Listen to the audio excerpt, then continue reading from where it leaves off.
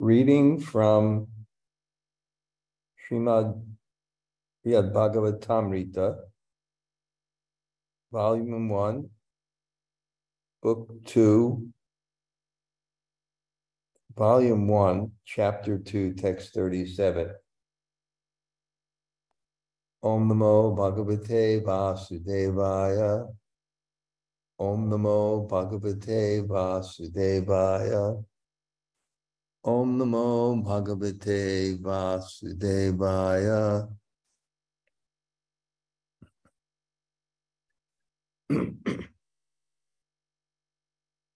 Śrī Parīkṣit uvāca indrasya vacanaṁ śrutvā sādhu sādvati bruvan tvarāvān brahmaṇo lokaṁ bhagavān nārado gataḥ.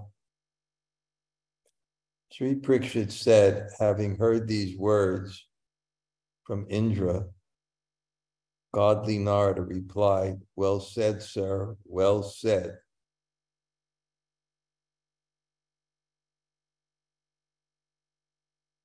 And hastily went to Brahma's planet. Om Jnana Timirandasya Jnananjana Shalakaya Taksur Unmilitam Yena Tasmai Shri Gurave Namaha. Shri Chaitanya Mano Bhishtam Stapitam Yena Bhutale Swayam Rupa Kadamayam Dadati Sapadantikam Vancha Kalpa Turubhyascha Kripa Sindhu Bhayevacha Patitanam Pavanebhyo Vaishnavebhyo Namo Namah. Shri Krishna Chaitanya Prabhu Nityananda Sri Advaita Gadadhar Shivas Adi Gaur Bhakta Vrinda. Hare Krishna, Krishna Krishna, Hare Hare, Hare Rama, Rama Rama, Hare Hare, Hare Krishna, Krishna Krishna, Hare Hare, Hare Rama, Rama Rama, Hare Hare, Hare Krishna, Krishna Krishna, Hare Hare, Hare Rama, Rama Rama, Hare Hare. So we're up in the part of the Brahma's Bṛhad-bhāgavatāmṛta, where in this progression of great souls, which is also delineated in the Bhagavatam, to show the parama dasha antim, the end, supreme stage, you have to show the other stages. And that way you really hone in on the essence of what is love, what is devotion, and finally get access to understand what is the love of the gopis for Krishna, or have some realization of something that is so exalted that even Krishna says, "The parayeham," when I receive that, I cannot repay it. It's so exalted. But before I go into that, I think people appreciate, especially now, I'm usually not here at this time, at least for about 20, 25 years or something, in the summer rainy season, although it hasn't rained for 5 days. You can see me kind of sweating a bit.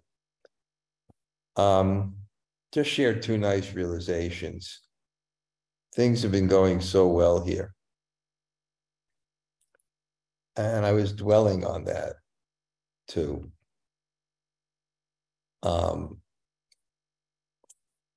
the temple here is provided kind of just an assistant. He cleans the things. He takes care of that place when I'm away. When I came back, I didn't know what would happen to my gardens. My beautiful gardens in front of my little house. But in schedule, he watered it. It was lush and green. Getting the association in the morning of a seat, Krishna Maharaj, I take breakfast with him. Param Vaishnav came here 30 years ago, very exalted. And then I go and take lunch with His Holiness Bhaktivedanta Goswami, who's also a extremely exalted Vaishnav. And it was just, after so many years here, I think finally got it together. It was even an air conditioning put into my thing. I never had that before because I thought the middle of the summer, but still I was only using it an hour a day. And my schedule was like the lines on a stone. It's always peaceful when you're doing the same thing. One time Jayadvaita Maharaj was asked, what's your secret? He said, I do the same thing every day. So it was, and pretty much engaged and just things were simple. And just the fact that you can walk around in a gamsha and I don't know if you even call them cold showers. It's just so delightful. And I was just thinking, wow, everything's together. I was in my mind. And as you know, it may happen once or twice in your life or 3 times in your life where there's not some pressing,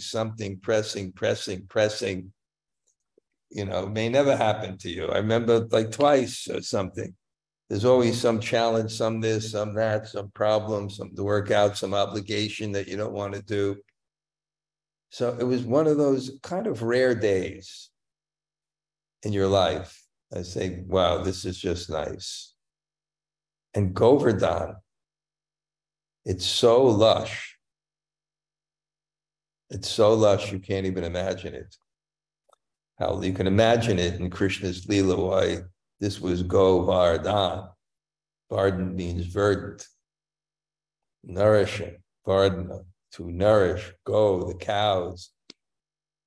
And it's so different when, and not in a pejorative way, but the international community descends for 6 months here. Well, not only international, but from India and everybody else, but just the residents of Vrindavan. And it just notches down, and no loudspeakers. It's nothing happened during Purushottam Mas for that. So I was just feeling that way and feeling deep gratitude. And then about 6 o'clock this morning, some monkey in this colony, they call it. I don't know what happened. I didn't see it, but I didn't even know until later it happened.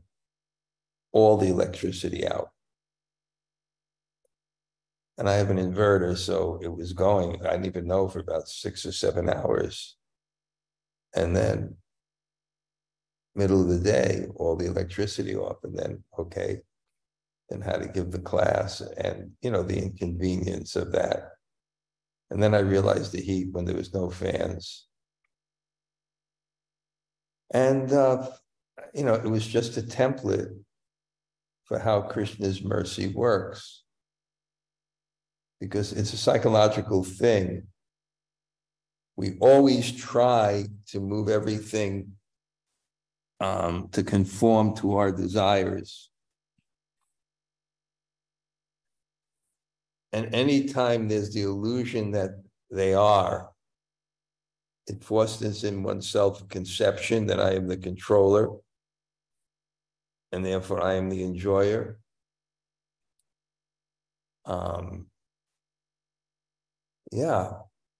And therefore there'll always be Well, we're not the enjoyer because we're not the controllers. I mean enjoyer, material enjoyer. We can have happiness. I'm talking about pleasure, sensual, egotistical. We can't be the enjoyer. The soul, flourishing in consciousness, yes, we can be happy, but not with our world, but with our consciousness. So, yeah, and that kind of thing that Krishna does is pushing us to the platform of flourishing in consciousness rather than things in terms of our strategy and happiness. And then to become detached from how it moves around us to how things move around God. Because things are moving, we're dissatisfied, but the world's moving around God. And they're for his pleasure. And even our difficulties are for his pleasure because they are to rectify our consciousness so we can give God pleasure. So, yeah, and just this the sweetness of learning to be satisfied with God's will. So it's another type of sweetness. And then just the minute, literally, that the class started, the electricity went on. After I schlepped all my stuff next door, that's why I'm sitting here. I'm in the second place that I have, because no one's here, so the inverter was still working, so I thought I still could have class. But anyway, yeah, happiness means enough to be satisfied with God's will. So anyway, that was my first Vrindavan realization. The second one was when I go for lunch with Bhakti Swami, and it's real simple, and it's sādhu, and it's the same thing every day. And of course, I get his association, sādhu Sanga. So I walk. If I go this way 50 yards, it's Govardhan Hill. So I perpendicular, I hit the Parikram path. And I'm writing about this. You'll probably read about it Monday, but you'll hear about it. It was just such an interesting thing. As I hit the Parikram path, I saw these sadhus walking. And they were real raggedy, is that the word? Worn. And I kind of recognized them because you always see them someplace. But I put two and two together with something a friend told me long ago.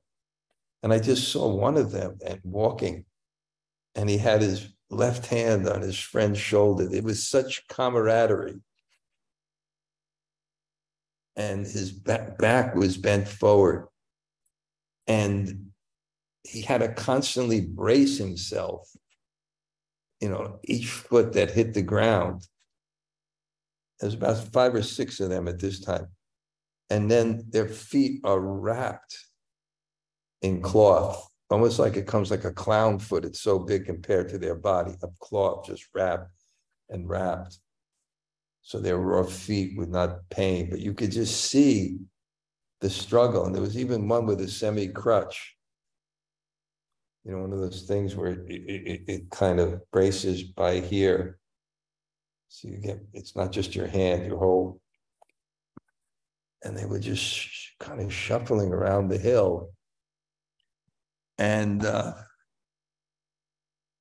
I put 2 and 2 together, and I realized these are the sadhus that go around 2 or 3 times a day. Otherwise, why are they out in the midday? There's a saying, only the mad dogs and Englishmen go out in the midday sun. Why were they going midday? In the evening, at night, there's many people on the Parikram in the summer, not during the day. It's because they're constantly going. They're constantly going. 2 or 3 times. It's not a joke. At a good pace, it takes 5 hours to walk around. These people are at least 10, 12, 15, 18 hours a day. And because I had a friend of mine, he was from Islam, lived in Radhakund, who would go around twice a day, but he was like an Olympic athlete. He was younger, but he told me, he once asked this person, why do you do it? And the person said, I'm so sinful. He asked him again, he said, I'm so sinful, I'm so sinful. He said it wasn't a psychological aberration. It was a crying of the soul, of disappointment, of the bodily concept separating oneself from God. It's not an artificial, it's not an artificial platform, but there's something you can extract from it. And then, when I was chanting the next morning,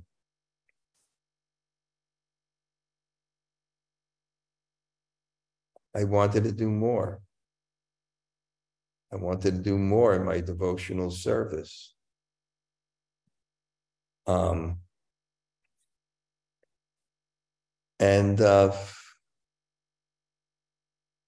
I understood why. And the concept of sinful is anything that's not devotion. Sin.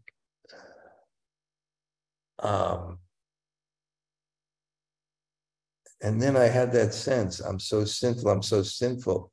And I can see the connection with that, not low self-esteem, psychological, but I saw the connection with that.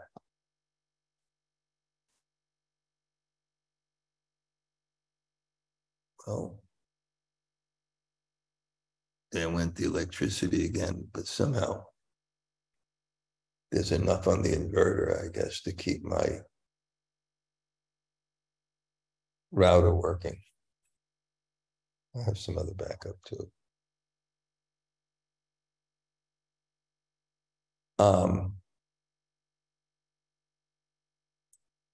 Yes, it's yeah. Sādhu, Sanga, Sādhu, Sanga, Sarva Shastra Hoy, Sādhu, Sanga, Labhamatra, Sarva Siddhi Hoy. Yeah, the sadhus. Okay. Okay,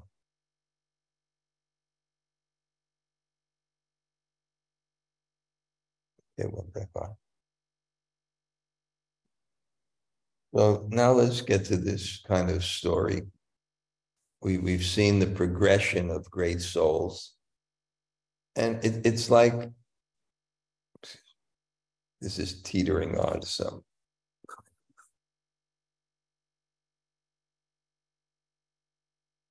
It's like an axe, when you hit it from different angles, it becomes sharp.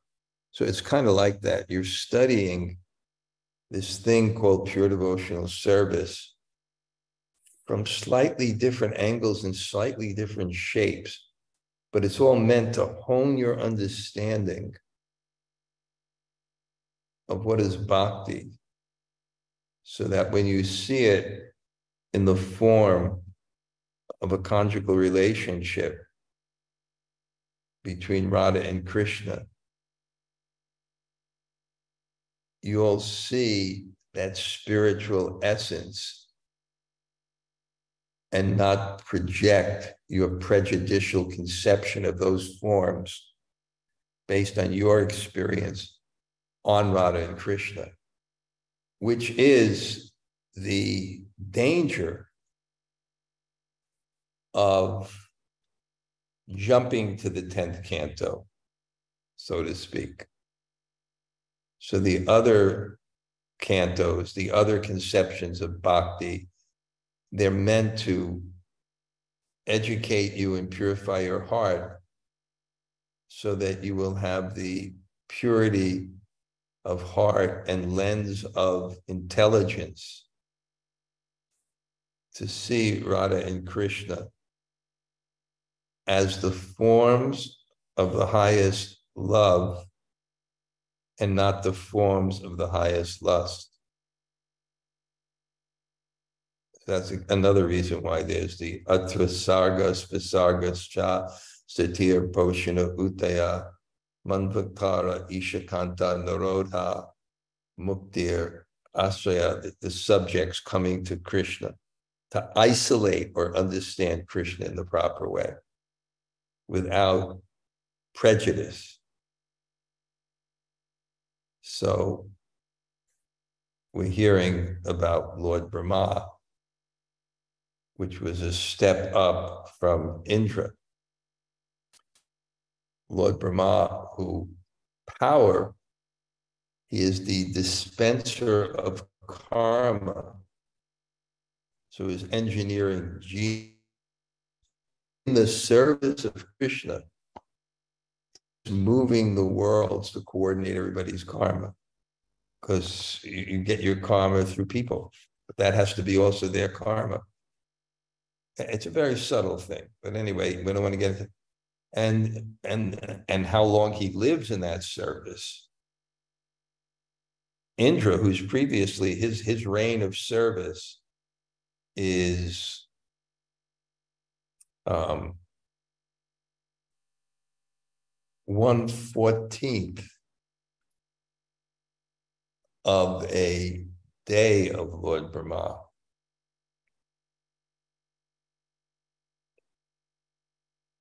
Who lives 200 times greater than that day. So you can figure it out, it's immense.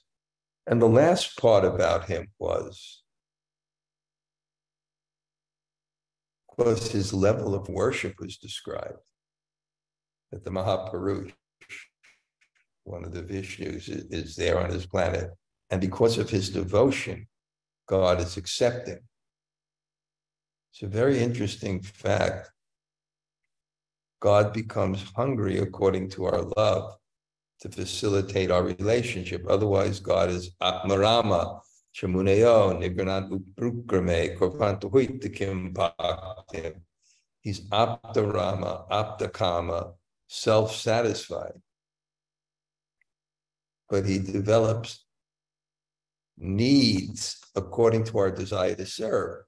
Because rasa vai saha, the ultimate reality is love. So to facilitate that love, he develops needs according to our desires. So that our service is real service. God becomes hungry if we offer him food with love. If we really love Krishna and we bathe him in the winter in cold water, Krishna will get sick.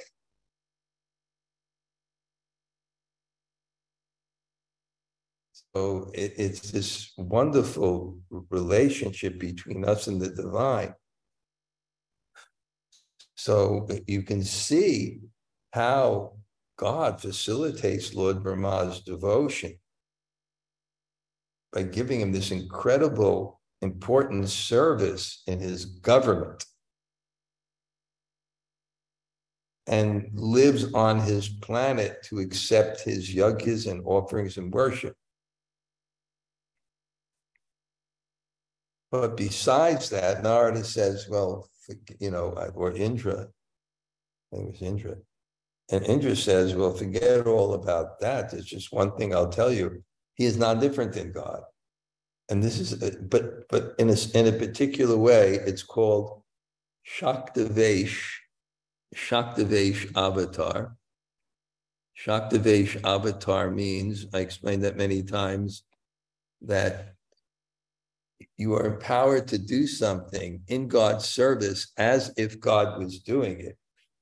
Krishna Shakti Vina Nahi Pavartana. One can't preach Krishna Shakti without the Shakti of Vina, without the Shakti of Krishna, Nahi Pavartana. So it's empowerment. And empowerment is also a sign of devotion because you have become malleable to the will of God rather than our own independent agenda. That's the material world. Electricity off again. That's the material world, independent, according to, we can't give up our own agenda because we don't have faith in the service of God. We have faith in the becoming God. We have faith in being the controller and joy, and therefore we want independence to move our world according to our will, which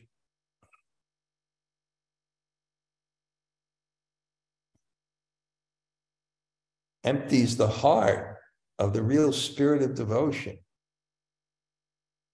of those people that have let go of all extraneous desires to move by God's will, because that's moving by God's will of energy. But you have to have faith. You have to have trust in that. And that trust is the mercy of Guru and Krishna. And when you see such devotees, it's so inspiring to see and feel that energy of devotion. The first time I saw Prabhupada, he was coming off the airplane in JFK. There was no TSA. And he waved to the people. It was like, woo, the energy. And we know those devotees. We worship those devotees.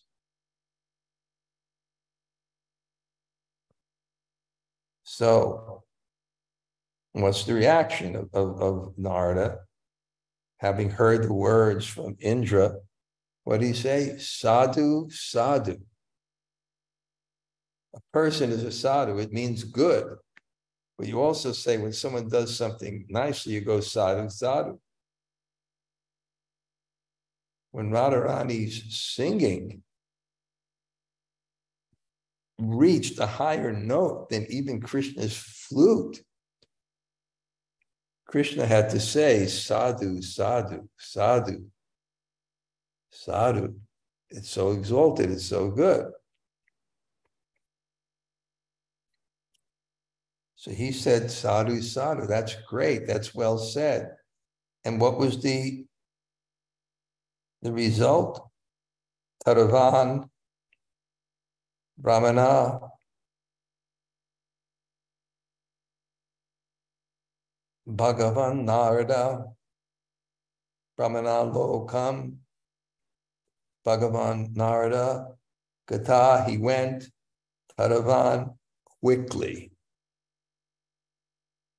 And that's real devotion. There's many ways you can look at a person's devotion. The first way is available for service.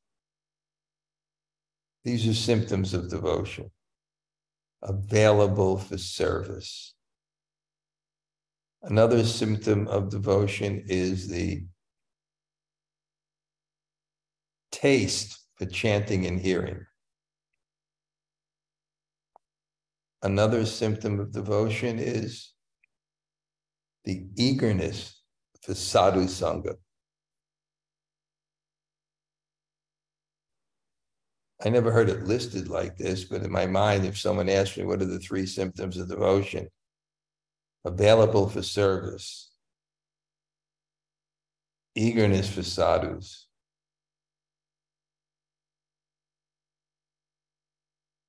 eagerness to chant and hear about Krishna. So when Nārada hears, this is the qualities of Brahmā, tvarāvān gataḥ, quickly he went. You know, one of the symptoms of Baba is eagerness to see the places of the Lord's pastimes.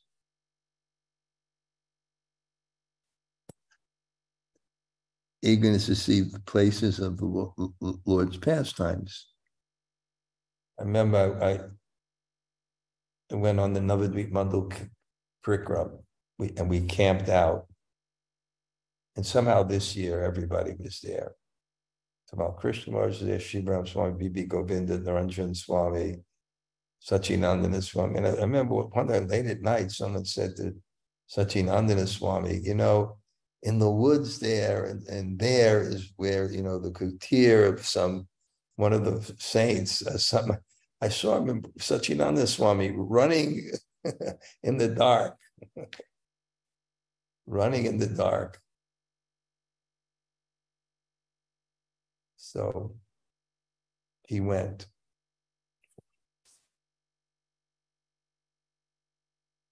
Yagyanam mahatam tatra brahmarshivir anantratam bhakyabhita yamananam prakosham durito shinut.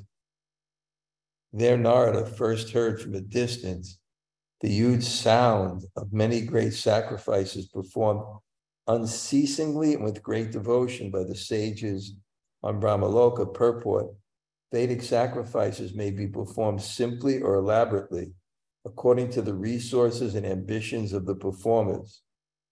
More than any other brahmana in the universe, the residents of Brahma's planet are willing and able to carry out the longest, most complex sacrifices. Thus, Narada's first impression of Brahmaloka from the din of the many sacrifices being performed was of a very busy place. That's why I think sometimes, I remember in the early days, I felt like New Yorkers could live in Vrindavan, because Vrindavan is so intense. New York is so intense. It's just intense for a different purpose. Here it's intense for Krishna.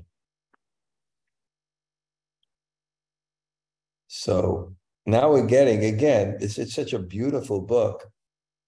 You have the previous great devotee that Nārada went to describing the next one.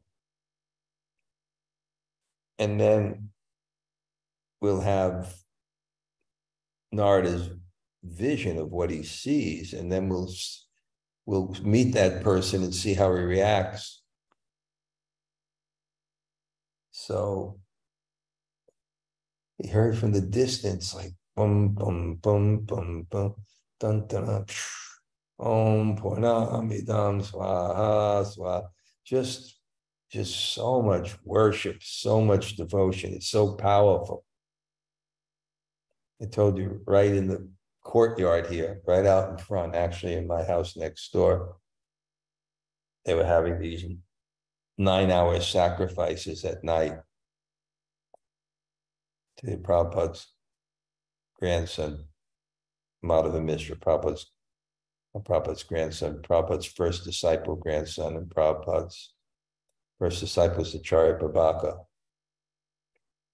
So somehow he needed a place, and I let him use it, especially one was done for the Vaishnavas in Ukraine and Russia for their safety. But it's so powerful. All night, swaha, swaha, and the fire and the things they enter into it. He's spending $2,000-3,000 every yajna. The finest ingredients. I told him one day I left, 24 hours later it was burning. It's no joke. And it's powerful. Swaha, swaha. And I go to sleep. I wake up early to chant. When I wake up early, I sit in the yoga and I chant Hare Krishna. But swaha, swaha, om singh swaha, swaha, and powerful. And imagine what Nārada said, the whole place was yajna. Nayam lokos the yagyasya kudan yakurstatam. Without sacrifice, without yajna, there's no happiness in this life or the next. And how powerful, because the sounds and the tantra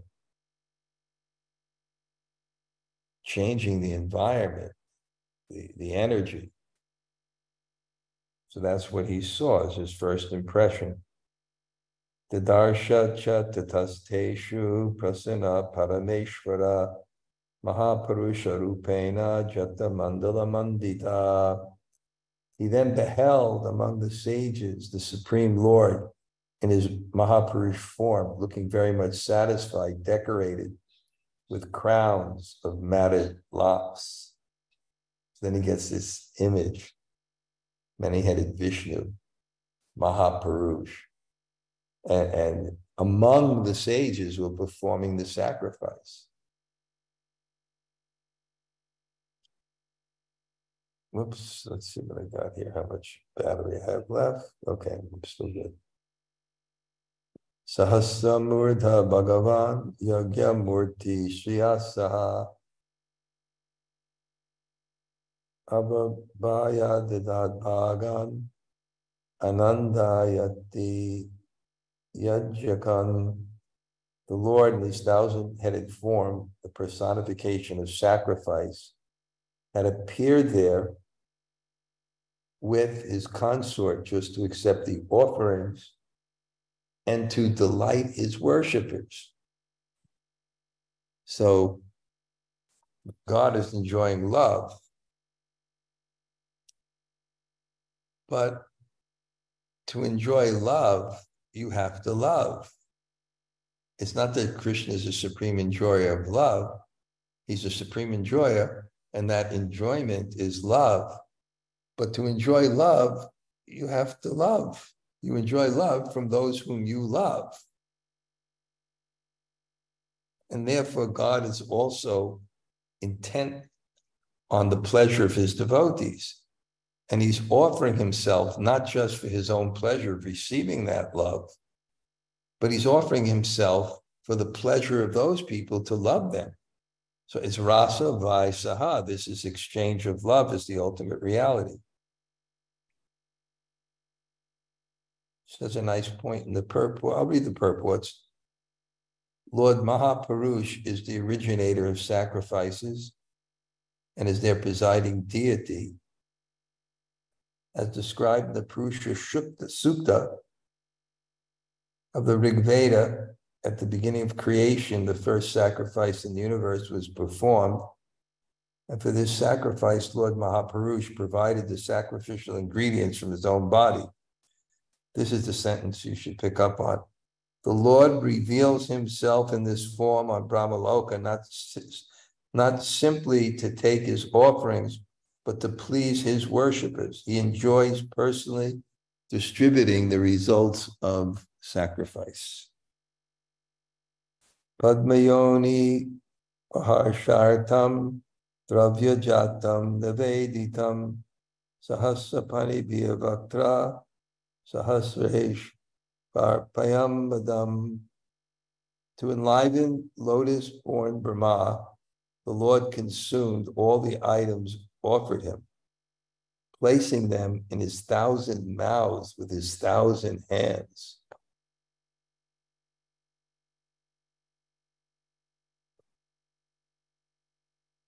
So he's accepting our offering. Therefore, one of the forms of love is accepting love. If someone gives you a gift, you don't say, well, that's okay. Hare Krishna. No, you accept it. That's also accepting love. There's 6 exchanges of love, and one is dati pritagrinati. It's not only giving, it's accepting. You accept love. Tattveshtam yajamanebhyo varandidra griham gataḥ Lakshmi samvayamanagir nidram adattali laya. After awarding the performers of the sacrifices the benedictions they desired, Lord Mahapurush went to his sleeping quarters.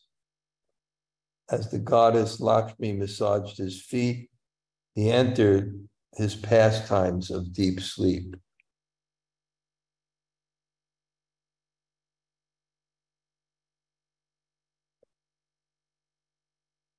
These purports are written so nicely. In fact, this book was written here in Govardhan. I talked about synchronicity as a proof of God's existence, and I wrote about that once, that when the author of this book, not the original, but the translator and commentator, Gopi Pranadhana, needed a place, he was given a place by another godbrother named Tamal Krishna Baba, not Tamal Krishna Goswami, formerly Tapamoy. And it was the place where this was written. And it was written here, and I used to sit in sometimes when Keshav Bharti Maharaj ill now, we can say our prayers for him.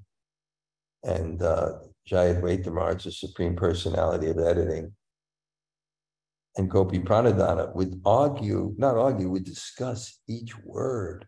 I used to sit in. So the level of clarity and force of this writing is something exceptional on any professional standard. Purport: to relieve the worshippers of any doubt as to whether he was enjoying the oblations, Lord Mahapurush ate the oblations with relish and without hesitation as long as the offerings continued. So get this, there's offerings and he's just eating them and eating them, accepting unlimited love, offering unlimited love. And this creates a bhav, or a mood. And Nārada is there, he's seeing it, he's feeling it.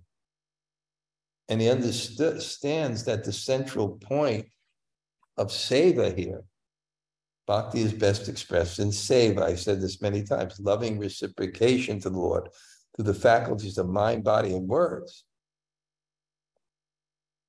Is Brahmā. When the offerings were finished, the Lord blessed the sages with benedictions, fulfilling their desires, such as the desire that they always be able to perform similar sacrifices. Lord Mahapurush and the goddess of fortune then went to their private quarters to rest. At this time, he was no longer visible in the residence of Brahmaloka. So why not? Why not? If there's God, will he appear in a very personal way to accept offerings and exchange and demonstrate his own love and his own enjoyment? The two principal pastimes of Lord Mahapurush on Brahmaloka, his accepting sacrifices and his sleeping, are described by Vaishapayana Rishi in the Mahabharata. At the end of the account of the killing of Kalanemi, Vaishapayana says, he saw the Lord in yet another of his forms, consuming his share of the oblation of ghee, offered in sacrifices by great sages. The thousand-headed Lord, his heads covered with matted locks, entered the room and lay down to sleep. According to Sri Sukadeva Goswami's account at the beginning of the 10th canto of Bṛhad-bhāgavatāmṛta, at the end of Dwapara Yuga, Lord Brahmā and the other demigods, on the request of the earth personified, approached Lord Vishnu on Śweta from the shore of the Milk Ocean. One may ask why. They needed to travel to Śweta if Lord Vishnu is always present in Brahmaloka's own domain. Although this journey was strictly speaking unnecessary, during some days of Brahmā, the pastimes of entreating Lord Krishna to ascend unfolds in this way. During other days of Brahmā, such as the one described in Śrī Harivamsa, Lord Vishnu is approached on Brahmaloka itself.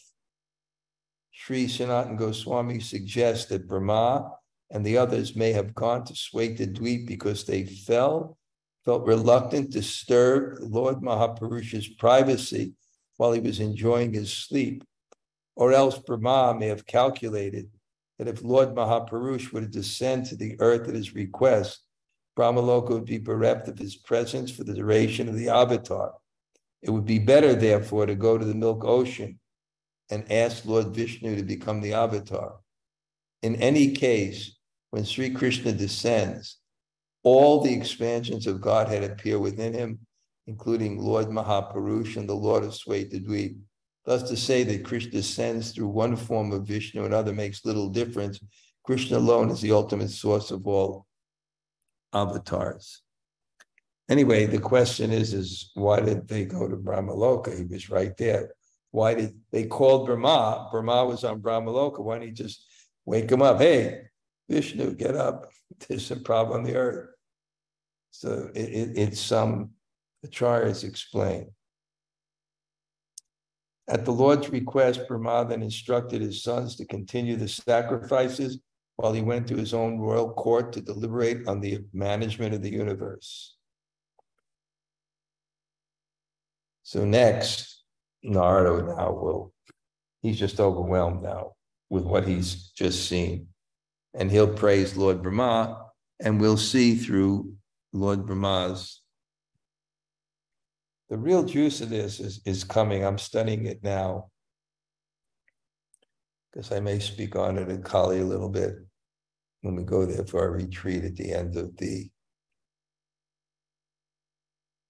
month, end of August, is at the end, Nārada, when he comes, finally Nārada comes, he's told to see Uddhava. And Uddhava is Krishna's Parīkṣit, he's his intimate associate. He's the servant who's the friend. And he has the most intimate relationship with Krishna outside of anybody, outside of Bṛhad. And he's there, and Krishna hasn't come out of bed because he's in this incredible transcendental anxiety and separation from the gopis. And then Nārada is just looking for Uddhava. Uddhava is right there. And then we find out what Krishna's condition is and the expression of that. So it's a beautiful book. We'll go step by step. Okay. Tapo divyam yenakaputva sattvam shuddhyasmad brahmas. Yeah, I got inspired by seeing those sadhus, tapo divyam, divine austerity. So I went around the other day, left at 4:30. Boy, it was tapasya,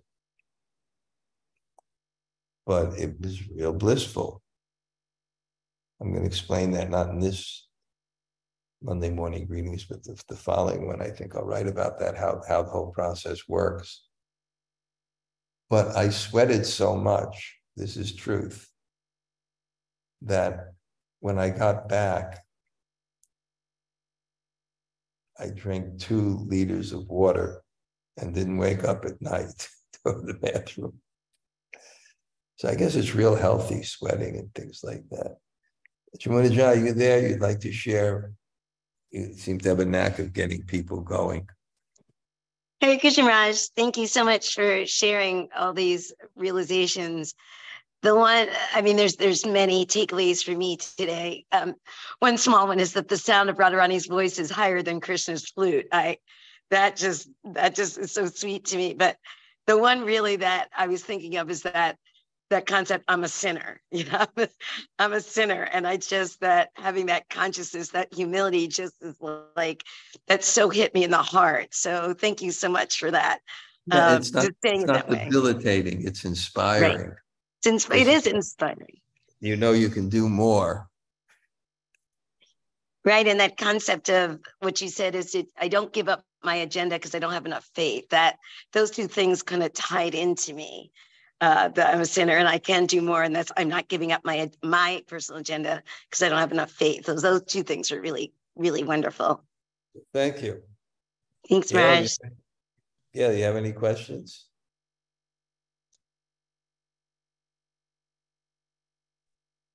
Okay. Hare Krishna Maharaj. Yeah, actually, the fact that Radharani, I guess when you said when she sings, yeah, she can go higher than Krishna's flute. That caught my attention also. Yeah. Okay. Anyway, did you say that there was something going on with Keshav Bharati Maharaj's health? Yeah, he's not well. He's very sick, actually. Oh, wow. Yeah. Okay. Yeah, he's very, very ill. I mean, he's 77, something, 78 maybe. But yeah, he's not well. He lives in England. He has a good setup to take care of him. He has a nice separate kind of ashram place. But yeah, okay. Yeah. Okay.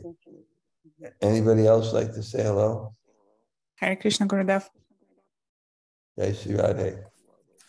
I just wanted to say that today only, you always comparing how long is the lifetime of Lord Brahma and how long is the lifetime of us. And only today it struck me finally when you were saying, and in this day of Lord Brahma, the Supreme Lord appears in this way, and in this day of Lord Brahma, and then I realized how super, super, super small I am.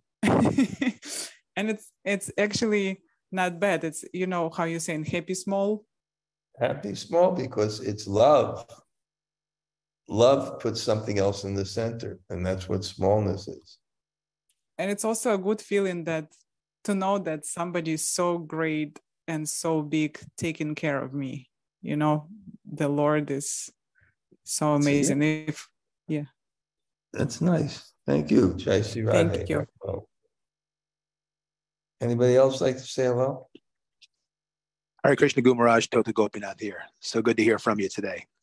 We'll see you in Braj, not too long. That's right. 6 months. Okay. Hare Krishna. Anybody else? Hare Krishna. Thanks for class. Thanks for class. I really liked when you said that trust is the mercy of Guru and Krishna. Wow, that's nice. I like that one too. Great to see you guys. Keep healthy. See you in, well, I guess I'll see you in Colombia. Sí, señor. Muchas gracias. You know more Spanish than me already. And you just No. Okay. Anybody else say hello? Hare Krishna, Guru Maharaj, Namaste here. Always love to hear your voice. Like to see you. Okay. I hope so. Thank you so much. Okay. Anybody else say hello? Maharaj, this is Kamala Tarrada. Thank you so much for class. Oh, yeah. I'll really see you soon, right? I'll see you within 2 months, huh? Yes, Maharaj. It's going to be a great experience. Tapo Divyam Yenika Putra. It's going to be wonderful, performing austerities and sharing realizations and going deep in prayer. And remember, faith is trust by experience. You can get a very deep, deep experience here. See you soon. Bye-bye. Yes, Maharaj. Good. Anybody else like to say hello? Hare Krishna Garaj, it's Lal Govinda. I'm Bṛhad. Thank you for class. It's good to see you. It's great to be here. Is it really hot? I don't know. I feel it's not unreasonable. Wow. I don't feel it's unreasonable at all. Even when there was no electricity, it wasn't torturous. It was. I wish there was, but it's not that bad. I've only used the air conditioner, sparingly. Okay, that's good. And they got me this powerful air conditioning. It takes about 2 seconds before I feel like I'm in an Indian train. If you ever been in an Indian train, it's like being in Antarctica, they just air conditioned. Now, I learned how to use the things to put it down, so not so. Yeah, but it's good because I'm in this room. I don't want the fans on because then you can't hear the class. The air conditioning is in the other room, but I can feel the coolness. Mm-hmm. Oh, good. Yeah, this is what life. I'm retired life. I'm in my 70s, right? This is what you do. you either do this or you play golf, and I chose to do this. Okay. Good choice. Good choice. Anybody else say hello?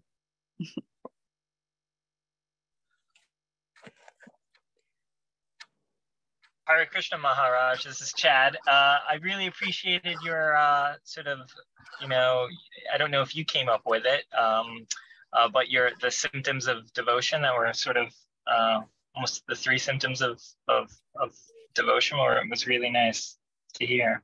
Never heard it like that.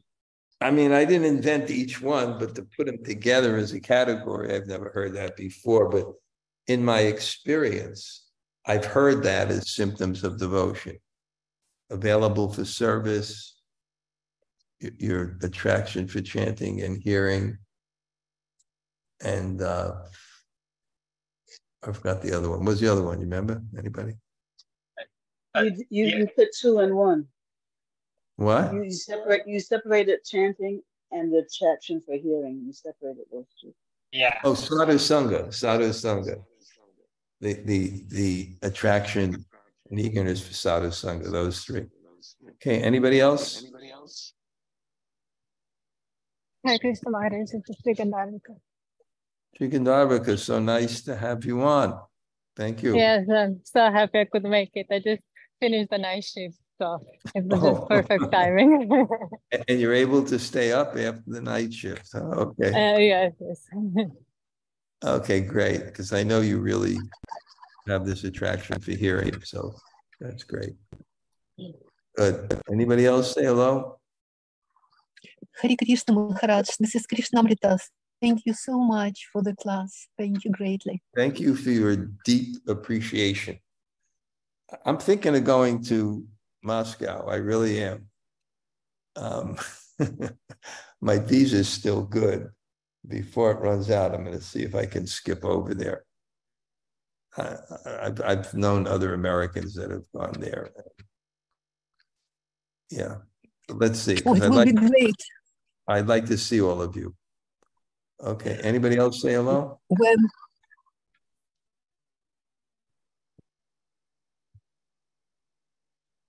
Hare Krishna Maharaj. Hare Krishna Maharaj. Amala, Hare Krishna. Nice to see you. Hi. Thank you. Is Yugala there? Yes. Jugala and Vale. Yes, and Madhava and Radhika now. Whoa, a lot of mercy there in Israel. Well, give my regards. Give my regards to Yugala, okay? Tell her I send my regards, okay? Okay, thank you. Okay. Anybody else say hello? Oh.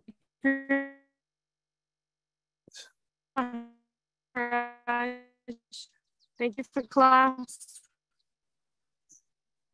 Yeah, make that out. Okay, I'm just looking down the list so I can see all the people. So I'm thanking you all personally. It's great. Thank you all. Okay. I'm going to go back to my own place now. Thank you all. Vanchakalpatarubhyascha kripasinduve vicha patitanam bhavani.